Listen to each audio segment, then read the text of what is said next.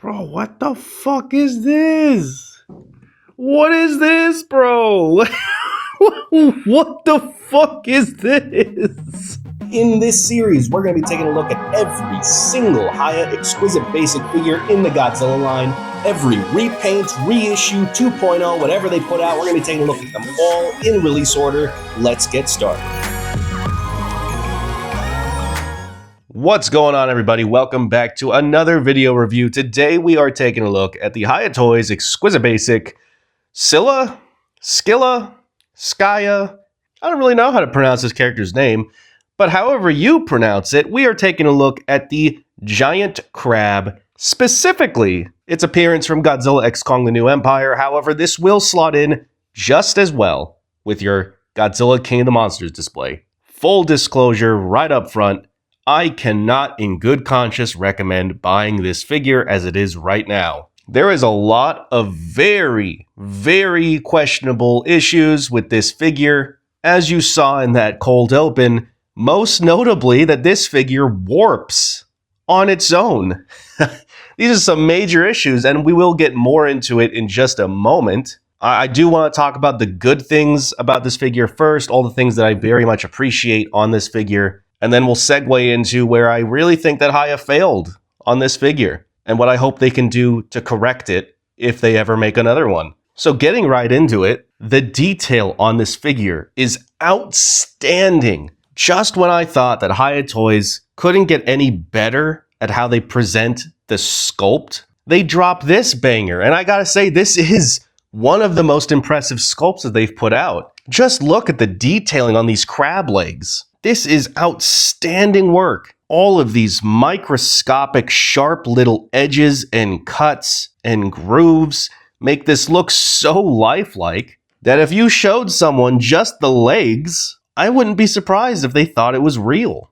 And the transition from all of this sharp detailing to the more organic bits on the body is outstanding once again. It's such a natural transition too. If nothing else, this figure does look outstanding, and that will extend to the paint job as well. Now, as this is the appearance from Godzilla X Kong, this is going to be a much brighter orange, more of a deep sea spider crab than anything. Not that we necessarily got a great glimpse at how this character was in King of the Monsters. Regardless, the paint apps on this figure are just as remarkable as the sculpted detailing. Again, going back to these legs, they look so natural and lifelike. With this airbrushed dark orange, these small highlighted yellow bits that just accent all that detailing, going into this more natural orange hue, and then underneath the legs, you have some of this yellowish tone, bordering on white, going into this dark blue, fading into orange as it goes into the underside of the figure. All of the skin tones and the more organic bits are going to be in this almost ghoulish purple. The visual presentation here gets full marks. That is the aspect that I love about this figure. Unfortunately, that's kind of where the praises end as far as I'm concerned. Now, before we get into what little articulation is actually present on this figure, let's talk about where I feel this figure has some major issues that you should be aware of if you own it, and why I think you should avoid this if you don't. I mean, again, as you saw in that cold open, here's a top view. And if you don't see what the issue is immediately, let me point it out for you. The legs are all fucked. This is not articulation, guys. These legs are supposed to be straight, completely straight. And on my figure, every single leg is warped up the ass. Out of the box, this figure was perfect. The figure got like this naturally over time on my shelf. I've had this figure since it came out last October, and it has sat in my display just like this since October. I have not had this figure in any crazy dynamic poses. It has just sat on my shelf in this neutral crab stance since October, and just on my shelf, the weight of the figure and the figure alone has caused the legs to distort, warp, and bend in ways that make this figure completely unstable. That's a really big problem. I can fix this with heat. If you have this and your legs are also starting to warp, a hair dryer. Just heat this thing up and I can probably just reset the plastic. But for the sake of transparency, all of the footage you see in this video is just going to be how the figure is right off my shelf.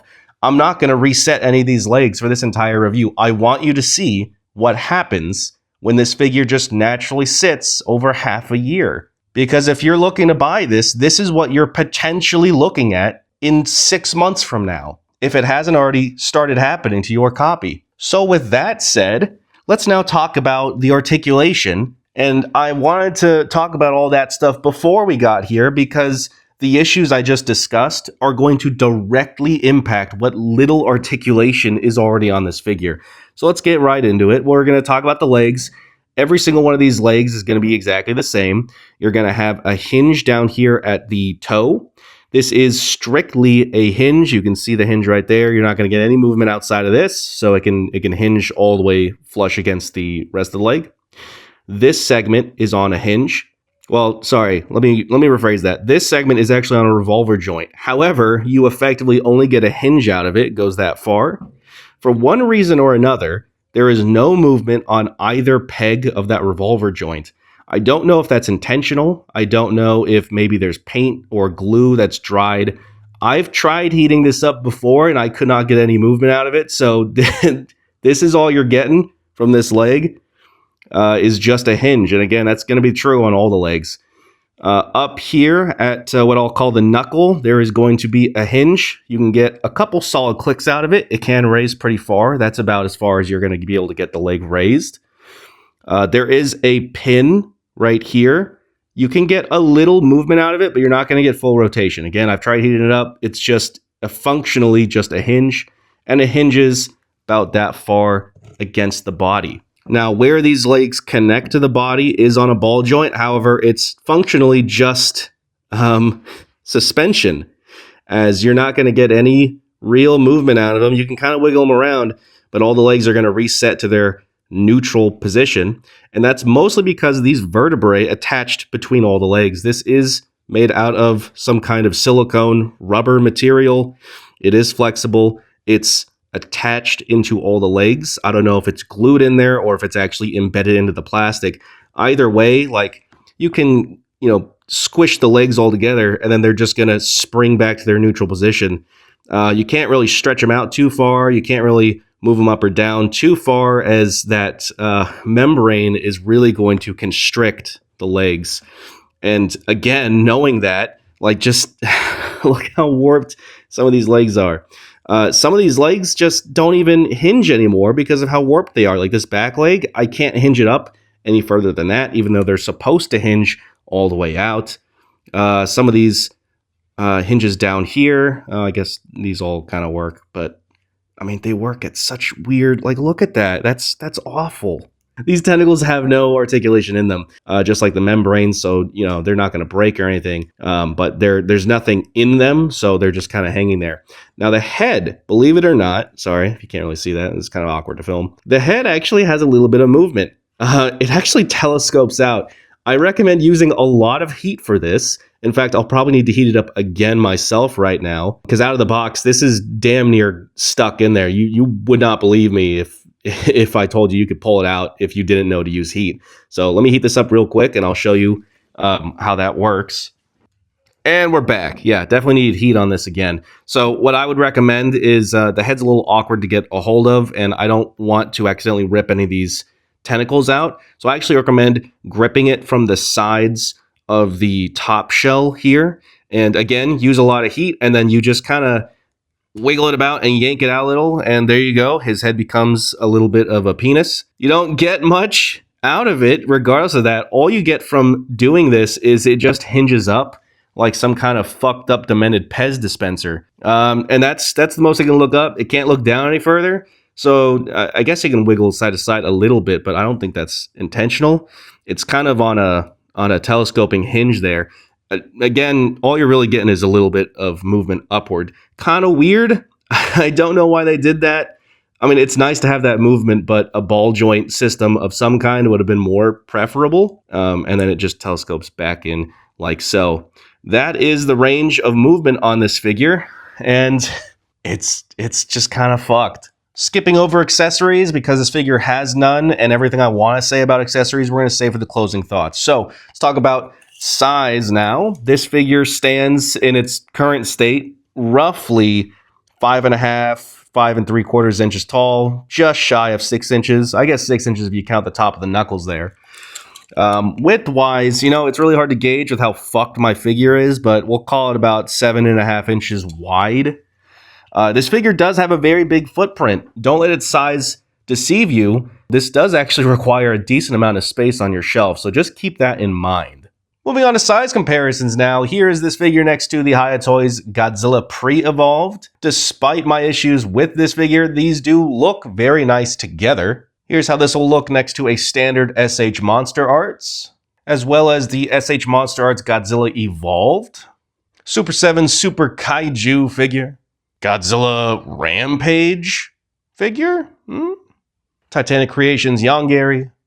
I don't actually own the Playmate Scylla or Scylla, so here's a couple Playmates that I do own as a nice little comparison. Hiya Toys King Ghidorah, and finally, a banana for scale. Alright, so here's the rub on this figure, guys. Again, unfortunately, I just can't recommend that you buy this figure. And if you already own it, I would be extremely cautious about it. I would go check up on your copy right now if you already own it. Just do a little check and see how your figure is holding up, because, again, these legs have warped over time on my end, just in a completely neutral, static pose, and it's quite frankly unacceptable. I don't know how this made it past Hiya. I don't know how it made it past their QC, but this is really bad. And it's frustrating because there's a very easy way they could have avoided this, or at least helped mitigate this issue. This figure needed a stand. I've said this a number of times before now, but of all the figures that needed a stand, this is the one that Hiya should have included a stand in the box for. And not just their standard arm claw either. This figure needed a custom-made cradle piece. They did it for King Ghidorah. And this figure, they needed to take the weight off the spider legs here and give it some kind of stability. Because quite frankly, if the weight of this figure is warping the legs, I don't even know if the claws will withstand the test of time. The tips at the very end of the legs, that is. I do recommend that you bend the claws 90 degrees at the very end and have it resting on its, effectively, its knuckles. I'll get footage of that in one of these little turntable rotations so you can see what I'm talking about. Because yeah, if the warping is this bad, I don't trust it to support itself on such tiny little points. Typically, Hiya likes to get at least one repaint out of every mold. It's what helps keep the costs down. So maybe they're planning on doing some kind of, I don't know, a battle damaged version. This character was only in Godzilla x Kong for a couple minutes. There's only so much they can do.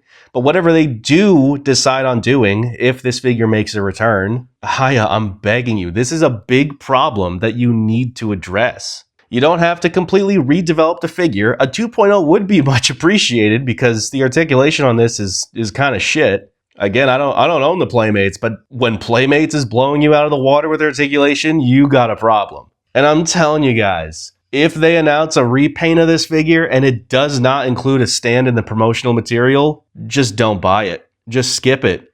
And that's really unfortunate. This should have been the second coming of Muto, as far as Hiya was concerned. This is a character that only Playmates has done to this day, and they did it right around the same time that Hiya did it. This is a very deep-cut niche character as far as the Monsterverse is concerned. I doubt anyone else besides Hiya and Playmates is ever going to do this. So this is kind of it, and it's really disappointing as far as high-end articulated figures goes. This should have been a pretty easy thing for Hiya to do, and somehow they fucked it up in the most important aspect, which is it being able to stand on its own. Yeah, that's really all I have to say about this one, guys. Really unfortunate. Let me know in the comments what you think about this figure. Am I simply overreacting? Is it really that bad? Again, I can reset these legs with heat, but I'm just concerned that it's just gonna do this all over again over the next 6 months or so without getting a stand. Let me know in the comments. Till next time, guys. See ya.